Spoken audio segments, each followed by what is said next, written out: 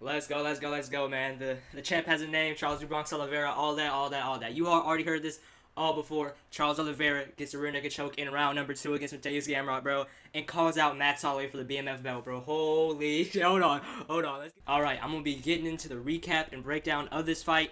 This was amazing. I was getting to alrighty, man. First round off the rip. Charles is active. He is getting active. Goes for a oblique kick. He got some front kicks going. Even when Gamrot tried a level change, he looked for a jab uppercut, more front kicks. He goes for a lead overhand. Like this is a very active Oliveira. He really wanted to go with the output. And another thing I gotta point out about this fight, dude, nothing could pierce, barely anything could pierce Oliveira's tight guard. Anytime Oliveira had his hands up, nothing was getting through. It was just boom, boom, boom, boom, boom. Just flubbing off, bro. It was crazy. And to my recollection, the only time Gamrot even got to hit him clean was when Charles Oliveira led him, bro. I'm joking, of course, but like the only time Gamrot got to hit him clean was whenever Charles was coming in, whenever he was just crashing forward, wanting to land himself. And some of y'all might be thinking, oh, he had his hands up. Of course, he's not gonna get hit clean. But what I'm saying is, these are 4-ounce gloves. You know what I'm saying? Like things can wrap around the guard, things can pierce through the guard, things can go under the guard. Like these are 4-ounce gloves. This is MMA, and every time Charles Oliveira had his hands up, nothing was getting through. This was a very like disciplined guard, and he just couldn't do anything. Every time Gamrot tried to go for a flurry, it just got met with forearms. And then Charles the Predator is back on the hunt. And there was only a couple of times when I was worried for Charles Oliveira, and it wasn't even that I was worried because he got hit with something big. It was just because he was crashing in, and I didn't want him to be overzealous. It wasn't even like I was worried because he got hit by a big shot. I was just worried that he could get a little bit too reckless, because we all know this was a very quick turnaround for Oliveira, and also from Diego Lopez versus Gene Silva. Gene Silva got a little bit too overzealous, you know what I'm saying, get a little smelling his farts with the striking, and then we saw what happened. But that's not what happened this day. Let's get into it. All right, we're still on round 1. They crash forward a little bit, right? Charles goes for a jab, jab 2. I believe either none of them landed or Charles landed a little bit, skimmed him. Also, Gamrot goes for a level change. He gets the takedown, and Oliveira swivels over and tries to grab the neck. Now, this is where it gets very, very interesting. Alright, they're both sitting, and it was kind of a 50-50 position, but Gamrot seemed to be getting the better of it, so Charles did concede position, but before that he had an overhook and had his neck, right? But then, like I said, he conceded position on bottom position, and now off rip, when Gamrot landed in his guard, he immediately tried to isolate Charles Oliveira's leg and negate his submission ability, especially with the triangle. And we start throwing up submissions. He starts throwing up a omoplata, baby. And when he was getting this omoplata position, it almost seemed like he would finish it. He almost like, it's very hard to get omoplatas in the UFC and MMA, right? It's like he almost was about to like finish him with that. Now I'm not saying he was like just right there, but dude, he was wrenching on his arm for almost a full minute, bro. And I would not be surprised, not one bit, if Gamrot comes out with like an injury. Like his elbow, his shoulder, like he was just wrenching, bro, trying to find it, and it was just, I was in awe the whole time. And Gamrot finds some way of swiveling his arm out, right? He got out of it, and then now he's trying to stack his guard and pass, but he immediately gets back into the omoplata position. Charles Oliveira puts him right back as soon as he falls into his guard again. Oh my gosh. But Gamrot got a little bit more wise to it in this position, and he went over the top of Oliveira with his legs. He swiveled over, and this was still a good position for Oliveira, but it's a better position for Gamrot. I'm not saying Gamrot had the better position over Oliveira. I'm just saying Gamrot had a better position than where he was whenever he was getting omoplated, basically. And the thing is, he goes for a heel hook of his own. Yes, he got out of the omoplata and tried to counter it with a heel hook, but Charles Oliveira was wise to it, swiveled out, and immediately sprawled into side control. Actually, it was more of side saddle than side control, and like I said, whenever Gamrot went for that heel hook, he tried to, once he lost control, he tried to reach for a leg, but that's whenever Oliveira landed right in side saddle. And Oliveira being Oliveira, doing what Oliveira does, he transitioned to the back. Now, Gamrot is turtled up, and as Gamrot trying to fight his hands, dude, Charles is complaining about Gamrot. He was literally hooking his gloves for like, I don't know how long. Just hook his glove, kept hooking his gloves. And yeah, rightfully so, man. He kept like talking to his corner, looking at the ref, like, dude.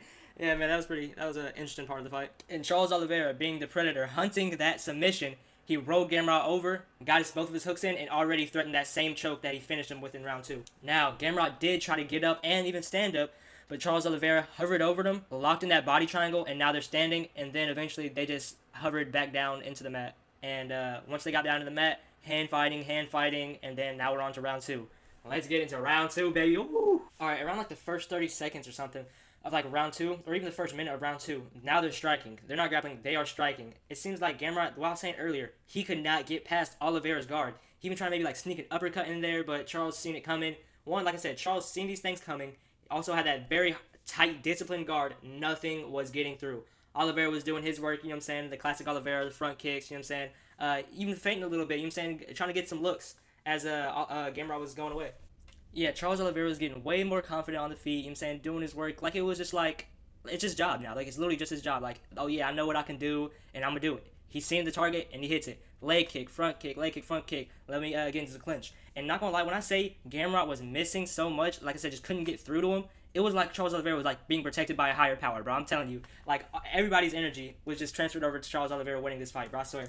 Now, gamrot did get like 1-2 shots maybe through, but low-key, Charles Oliveira was kind of bullying him a little bit. I'm not saying he was just outright, just straight up bullying him, but he was walking him down, marching him down, had no respect for him, got him in the clinch, pushing him over, pushing him around, having Charles Oliveira's fight. Charles Oliveira was having his type of fight. Also, whenever gamrot level changed for like a body jab, it seemed to draw out that check hook of Oliveira. Like, he was wise to a body jab. He didn't want to be set up with that. Now, the beginning of the end. Charles Oliveira shoots for a double leg. He gets the body lock, and he hikes his leg over and picks gamrot up. Gamrot posts on the mat. He posts on the mat to not get taken down, but it was inevitable.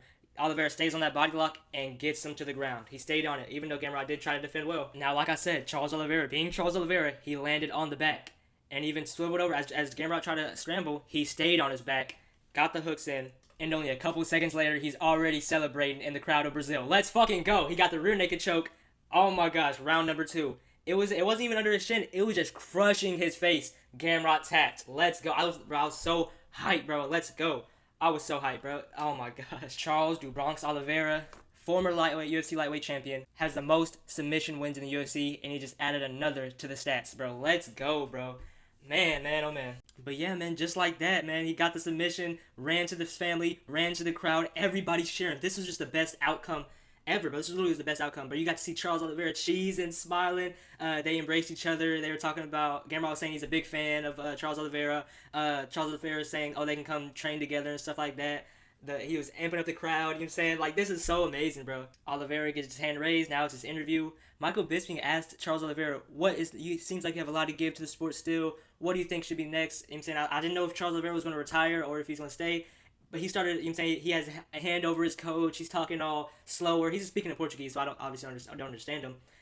So I'm waiting for the translation. He just didn't answer the question, and then eventually Michael Bisping kind of asked him this, like, a different question, but kind of like the same context. And then he called out Max Holloway, bro. He called out Max Holloway for the BMF belt. Oh my gosh, I cannot wait for that rematch, bro. Jeez Louise, bro. And we thought Patty and Max Holloway, they were gonna fight. That was speculated a lot. It was never official or announced, but who knows, man? Who knows what's gonna happen? Now, I cannot give my prediction if that fight happens. But if the fight gets announced and it's official, then I'm probably gonna give y'all a prediction. I'm not gonna give no predictions here. But yeah, man. Let's get a little bit off topic a little bit. Y'all seen Jose Aldo's retirement, bro? Retirement ceremony. I was like, bro, why the freak, man? Why the freak did they not let Jose Aldo, like, they didn't give him no ceremony whenever in his last fight? I was literally like, bro, how are they just gonna disrespect a legend like this? But he got to retire in Brazil, his home country. You know what I'm saying? It was worth the wait. You know what I'm saying? They kind of righted the wrongs, or this could have been the plan all along. That was a fucking bar right there. I stuck that in there. You know what I'm saying? So yeah, man. That was so cool seeing Jose Aldo. I was cheesing seeing Jose Aldo walk into the cage with his gloves down, had his family. That was so amazing, for real, man. That was just great.